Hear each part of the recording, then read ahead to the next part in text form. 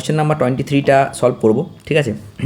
খুব ভালো করে দেখবে। 23 ছবিটা এইটা বলেছে আমি যেটা এঁকেছি, কারণ ওখানে ছবিটা বোঝা যাচ্ছে না, খুবই ছোটো তো এটা দেখে করা যাবে না, তো ছবিটা আমি একবার এঁকে নিয়েছি। খুব ভালো করে দেখো, ওরা বলেছে যে এই থিটা অ্যাঙ্গেলটা আছে না, যে ডান দিকে থিটা অ্যাঙ্গেলটা, ওরা ডাইরেক্ট বলে দেয়নি। ওরা বলেছে theta equal to tan inverse 4/3। তার মানে আমরা কি জানি, যদি ট্যান ইনভার্স 4/3 কোনো অ্যাঙ্গেল থাকে, তাহলে আমাদেরকে বুঝে নিতে হবে যে ও 37 ডিগ্রির কথা বলছে। বোঝা গেল? 37 ডিগ্রি বলছি, সরি 53 ডিগ্রির কথা বলছে এই যে এই ট্রায়াঙ্গেলটা। তাহলে একটা পারপেন্ডিকুলার ট্রায়াঙ্গেলের একটা অ্যাঙ্গেল যদি 53 ডিগ্রি হয়, তাহলে আর একটা অ্যাঙ্গেল কিন্তু 37 ডিগ্রি হতেই হবে, নইলে তো হবে না ট্রায়াঙ্গেল। ক্লিয়ার? তাহলে এবার দেখো, তাহলে একটা অ্যাঙ্গেল থিটা আর একটা অ্যাঙ্গেল আলফা, বেশ ভালো কথা। একটা ব্লক যখন কোনো নততলের ওপর দিয়ে পড়ে বা ইনক্লাইন ওপর দিয়ে পড়ে, ইনক্লাইন প্লেনের ওপর দিয়ে, সেই কেস আমি কিন্তু আগের মানে এই ভিডিওগুলোর আগে একটা ভিডিও নিয়ে বুঝিয়েছিলাম, ঠিক আছে? একদম ওখানে শুধুমাত্র এরকম প্লেনের কেসই আমি বুঝিয়েছিলাম। সেখানে বারবার বলেছিলাম যে এই নততলের ওপর বস্তুটা যখন যাচ্ছে তার গতিপথে mg সাইন থিটা পড়ে, তার মানে একে এর কতটা ত্বরণ হবে তার উপর কিন্তু mg সাইন থিটার প্রভাব আছে। mg সাইন থিটার ওপর ডিপেন্ড করে যে কত ত্বরণ নিয়ে নামবে, ঠিক আছে? তো আমি দেখো সেইগুলো তোমাদেরকে দেখিয়ে দিয়েছি কীভাবে টপিক কম্পোনেন্ট ডিভাইড করবো। যদি তোমরা না বুঝতে পারো, দেখো নততলের ইনক্লাইন প্লেনের একটা শুধু ভিডিও আছে, ওখানে শুধু ইনক্লাইন প্লেন বুঝিয়েছি, তো এটা একবার ভিডিওটা ভালো করে দেখে নিও। তাহলে এখানে m2g sine theta minus T is equals to m2a, এটা আমি m2 এর জন্য ইকুয়েশন অফ ফোর্স লিখতে পারি। আর যদি ধরে নিই যে এ ত্বরণ নিয়ে m2 নিচের দিকে পড়ছে, তাহলে অবশ্যই m1টা উপরের দিকে উঠবে, মানে তার কেসে আমি লিখতে পারি T minus m1g sine theta equal to m1a। এবার এই দুটো ইকুয়েশনকে তুমি যদি অ্যাড করে দাও, তাহলে টি কেটে পালিয়ে যাবে, তাই না? তাহলে দেখো কমন আসবে। আচ্ছা হ্যাঁ, আরেকটা আমি আবার ভুল করছি, একটা জিনিস বলি কোথায় ভুল করছি, দাঁড়াও। এখানে ভুলটা যেটা করছি সেটা হচ্ছে এই জায়গাটাই, তাই না? আমি এই জায়গাটাকে আমাকে আলফা নিতে হবে, কারণ m1-এর যে অ্যাঙ্গেল ওটা তো দেখতেই পাচ্ছ, ওই দিকের অ্যাঙ্গেলটা আলফা, তাই না? তাহলে যদি অ্যাড করে দিই, তাহলে দেখো জি তো কমন চলে আসবে ভাই, m2 সাইন থিটা মানে হয়ে যাবে, দেখো থিটাটা হচ্ছে 53 ডিগ্রি, তাহলে সাইন মানে 4/5 মাইনাস জি কমন নিয়েছি। আমি এই দুটোকে কিন্তু সাম করে দিচ্ছি, মানে অ্যাড করে দিচ্ছি, বুঝতে পেরেছো? টি কেটে পালিয়ে গেল, তাহলে এইটাকে লিখলাম মাইনাস, আবার এইটা হবে জি কমন নিয়েছি, তাহলে m1 থাকলো সাইন আলফা মানে হচ্ছে সাইন 37 ডিগ্রি। এই ট্রায়াঙ্গেল থেকে তুমি বলে দিতেই পারো যে 37 ডিগ্রি মানে হয়ে যাচ্ছে 3/5 ইকুয়াল টু এ কমন নিলাম m1 plus m2, no problem sir, okay. তাহলে এখান থেকে তুমি কি পেয়ে যাবে বলো তো? দেখো 1/5 তো কমন চলে আসবে, ওটাকে নিয়ে নো প্রবলেম, তো g/5 হয়ে গেল, ঠিক আছে? তাহলে এ ইকুয়াল টু আমি ডাইরেক্ট লিখছি, ডাইরেক্ট লিখে দিলাম যে এ ইকুয়াল টু কত হচ্ছে বলো তো, না g/5, okay, 4m2 minus 3m1 by m1 plus m2, ঠিক আছে? তাহলে দেখো এবার কি হবে। এবার ফার্স্ট কন্ডিশন বলেছে ব্লক দুটি ত্বরণ হয় g/5 যখন m1 ইকুয়াল টু m2 হয়, সেটা এবার আমাকে দেখতে হবে। এবার তোমাকে m1 ইকুয়াল টু m2 বসিয়ে দেখতে হবে কি আসছে। তাহলে এ কত আসবে দেখো, g/5 এমনি আছে, m2 মাইনাস m1, তাহলে দুটোকে m বসিয়ে দিলাম, তাহলে 4 মাইনাস 3 ওপরে হয়ে গেল, শুধু m, একটা m পড়ে থাকলো, আর নিচে পড়ে থাকছে m1 প্লাস m2। যদি m1 equal to m2 equal to m হয়, তখন কী হবে সেটা দেখছি। m1 প্লাস m2 মানে হয়ে যাবে এখানে 2m, তাহলে m তো কেটে পালিয়ে গেল,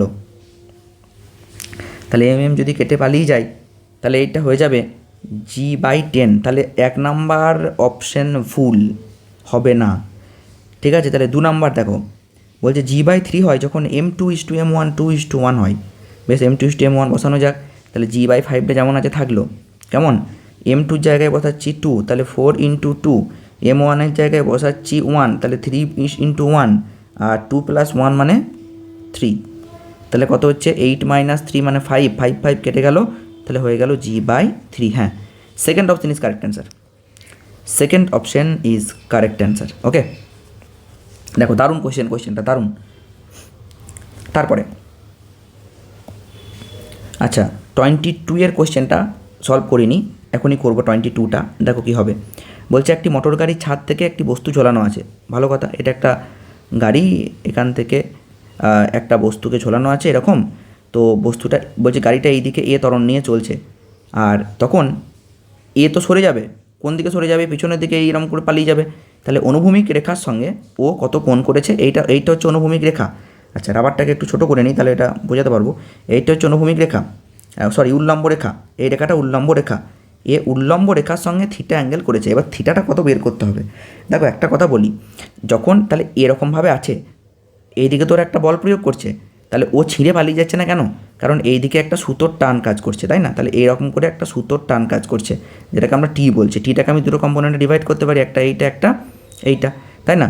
যদি এই অ্যাঙ্গেলটা থিটা হয়, ভালো করে বুঝবে, যদি এই অ্যাঙ্গেলটা থিটা হয়, তাহলে এই একটা কম্পোনেন্ট বলেছো তুমি, একটা কম্পোনেন্ট বলেছো, তাহলে এই অ্যাঙ্গেলটা কত হবে? এটা হবে থিটা, তাহলে এটা হবে থিটা। তাহলে আমি কী বলবো, যে এইটাকে বলবো টি কস থিটা, আর এইটাকে বলবো টি সাইন থিটা। আর এই যে গাড়িটা এ ত্বরণ নিয়ে এইদিকে এগিয়ে যাচ্ছে, এ ত্বরণ নিয়ে এইদিকে এগিয়ে যাচ্ছে, তাহলে এম এ বল কাজ করছে, তাহলে এম এর দিকে কে আছে? T sine theta. তাহলে আমি কী লিখতে পারি, যে M A equal to T sine theta. আর টি কস থিটা ওজনকে ক্যান্সেল করছে, এর যে ওয়েট সেটাকে ক্যান্সেল করছে, তাহলে আমি কী লিখতে পারি, যে M G equal to T cos theta. এবার T sine theta by T cos theta করে দাও, তাহলে দেখো পেয়ে যাবে ট্যান থিটা। তাহলে tan theta equal to M কেটে গেল, এ বাই জি, তাহলে theta equal to tan inverse A by G. Okay, এবার নেক্সট কোশ্চেনে চলে যাব। দেখো 24, কোশ্চেন নাম্বার 24। ভিডিও স্টপ করে এগুলোকে নোট করে নিও। কোশ্চেন নাম্বার 24 বলছে যে একটি ঘর্ষণহীন অনুভূমিক তলের ওপর রাখা এম ভরের নততলের ওপর এম ভরের একটি নততলে এফ বল প্রয়োগ করা হলে এম ভরের ব্লকটি নততল থেকে গড়িয়ে পড়বে না, যখন কি হবে? এটা জানতে চেয়েছে। দেখো বলছে ঘর্ষণহীন অনুভূমিক তল আছে, তাই তো? আচ্ছা একটা কথা বলো, এখানে এটা যদি নর্মাল নততলের কোনো কেস হতো, তাহলে তুমি কি করতে? যদি নর্মাল নততলের কোনো কেস হতো, তাহলে কি করতে? আগে আমি ট্রায়াঙ্গেলটা নিই। ওকে, এরকম একটা ব্যাপার। তো তারপরে কি না, একটা ব্লক এখানে আমরা রাখতাম, ঠিক আছে? ব্লক এখানে আমরা রাখতাম, তারপরে কি করতাম, কম্পোনেন্ট ডিভাইড করতাম। এই দিকটাকে আমি বলতাম এমজি, এইটা যদি থিটা হয়, তাহলে আমি এই দিকটা, এই অ্যাঙ্গেলটাকেও থিটা নিতাম, এই দিকটাকে নিতাম এমজি কস থিটা, আর এই দিকটাকে কী নিতাম, এই যে এটাকে কী নিতাম, এমজি সাইন থিটা। এতদূর পর্যন্ত আশা করি কোনো বুঝতে অসুবিধা নেই, ঠিক আছে? এবার এখানে একটা এক্সট্রা জিনিস অ্যাড করা হয়েছে। বলছে এই দিকে নাকি এটাকে একটা ফোর্স দিয়ে ঠেলা হয়েছে, ঠিক আছে? যদি তুমি এই নততলটাকে এই দিকে এফ ফোর্স অ্যাপ্লাই করো, তাহলে কিন্তু এই ব্লকটার ওপরেও একটা বল প্রয়োগ করবে। এই যে ব্লকটা আছে না, এই ব্লকটার উপরেও একটা ব্যাকওয়ার্ড ফোর্স কাজ করবে, যেটাকে আমরা বলি সিউডো ফোর্স। কেন সিউডো ফোর্স? কারণ যদি এই নততলের উপর কোনো বল প্রয়োগ করা হয়, তবেই এর ওপর একটা ব্যাকওয়ার্ড ফোর্স কাজ করবে, এই সেম ব্যাকওয়ার্ড ফোর্স কাজ করবে, নইলে কিন্তু নয়। তাহলে নততলটা যখন মুভিং, তখনই কাজ করছে এই সিউডো ফোর্সটা, নইলে কিন্তু কাজ করবে না। এটা মনে রাখতে হবে আমাদেরকে। ওকে, তার আগে একটা কথা বলে রাখি, এইটা কত হবে না 90 ডিগ্রি মাইনাস থিটা, তাই তো? 90 ডিগ্রি মাইনাস থিটা। বেশ, এটাকে আমি না হয় ধরে নিচ্ছি আলফা। ওকে, নো প্রবলেম। এবার তুমি এই এফ যে, আচ্ছা এটাকে মুছে দিয়ে এখানে আমি লিখছি না, সাইডে লিখে নিই, তাহলে সুবিধা হবে পরে। Alpha equal to 90 degree minus theta. এই এফ বলটাকে তুমি দুটো কম্পোনেন্টে ভাগ করো, তাহলে কী কী কম্পোনেন্ট পাবে দেখো। একটা কম্পোনেন্ট তুমি এই দিকেই পাবে, আর একটা কম্পোনেন্ট পাবে দেখো এই দিকে, ঠিক কি না বলো? এফ তো একটা বল, এগুলো তো আমি দুটো কম্পোনেন্টে ভাগ করতে পারি।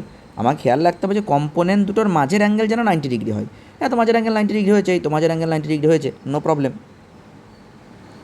ঠিক আছে? আর এই অ্যাঙ্গেলটা কত বলেছি? আলফা। বেশ, তাহলে এইটাকে কি বলবে? এফ সাইন আলফা, ঠিক? বেশ, তাহলে এই ব্লকটা তখনই নামবে না যখন m g sine theta equal to F sine alpha হয়ে যাবে, তাই না? আর সাইন আলফা মানে কত?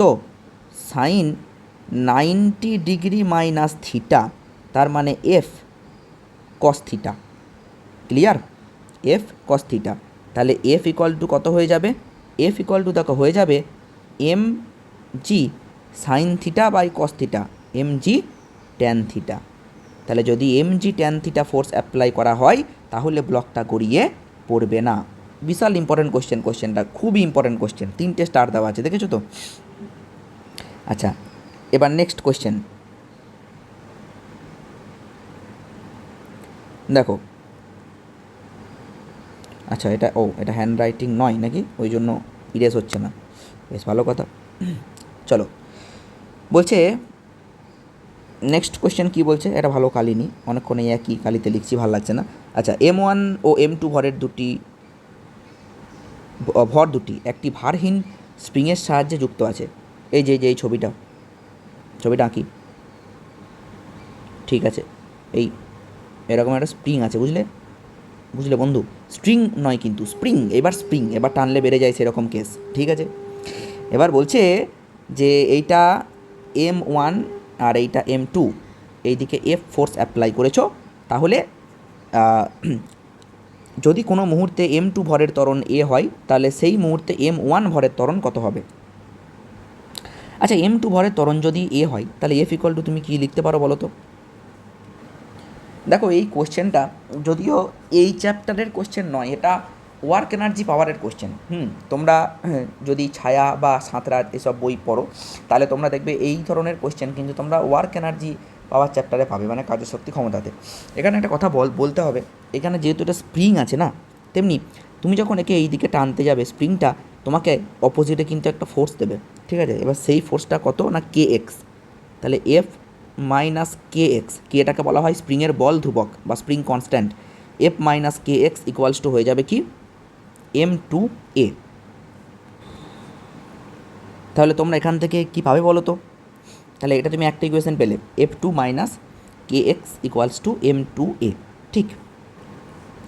আর M1 এর ত্বরণ কত হবে তাহলে? এখানে M1কে এগিয়ে নিয়ে যাওয়ার জন্য কিন্তু শুধু কে এক্সই দায়ী, তার মানে এই স্প্রিংয়ের যে বলটা কে এক্স, এই কে এক্সটাই কিন্তু M1কে এগিয়ে নিয়ে যাওয়ার জন্য দায়ী। তাহলে আমি কী লিখতে পারি, যে K X equals to M1 into A dash, ঠিক আছে? তাহলে এখান থেকে কাজ করো, এখান থেকে কে এক্সটাকে বের করে নাও, K X equals to F minus M2A, এখানে বসিয়ে দিলাম F minus M2A equal to M1 A dash, then A dash equal to F minus M2A by M1, ঠিক আছে? তাহলে এইটা হয়ে যাবে কারেক্ট অ্যান্সার। ক্লিয়ার? এবার অনেকে প্রশ্ন করবে যে স্যার, যখন দড়ি লাগানো থাকছিল তখন তো আপনি গোটা সিস্টেমটা একই ত্বরণ নিচ্ছিলেন, এখানে কেন নিলেন না? দেখো, একটা দড়ি হচ্ছে অপসার্য বা একটা সুতো হচ্ছে অপসার্য এখানে লেখা হয়, তাই না? কিন্তু এটা স্প্রিং কিন্তু টানলে বেড়ে যায়, তাই না? তাই গোটা স্প্রিংটাতে কিন্তু এই যে এখানে যে বল কাজ করবে এখানে কিন্তু সেই বল কাজ করবে না, বুঝে গেল? যদি এরকম হয় তাহলে তো হবে না, তাহলে আবার এর যা ত্বরণ হবে এরও তাই ত্বরণ হবে না। ক্লিয়ার? ওকে।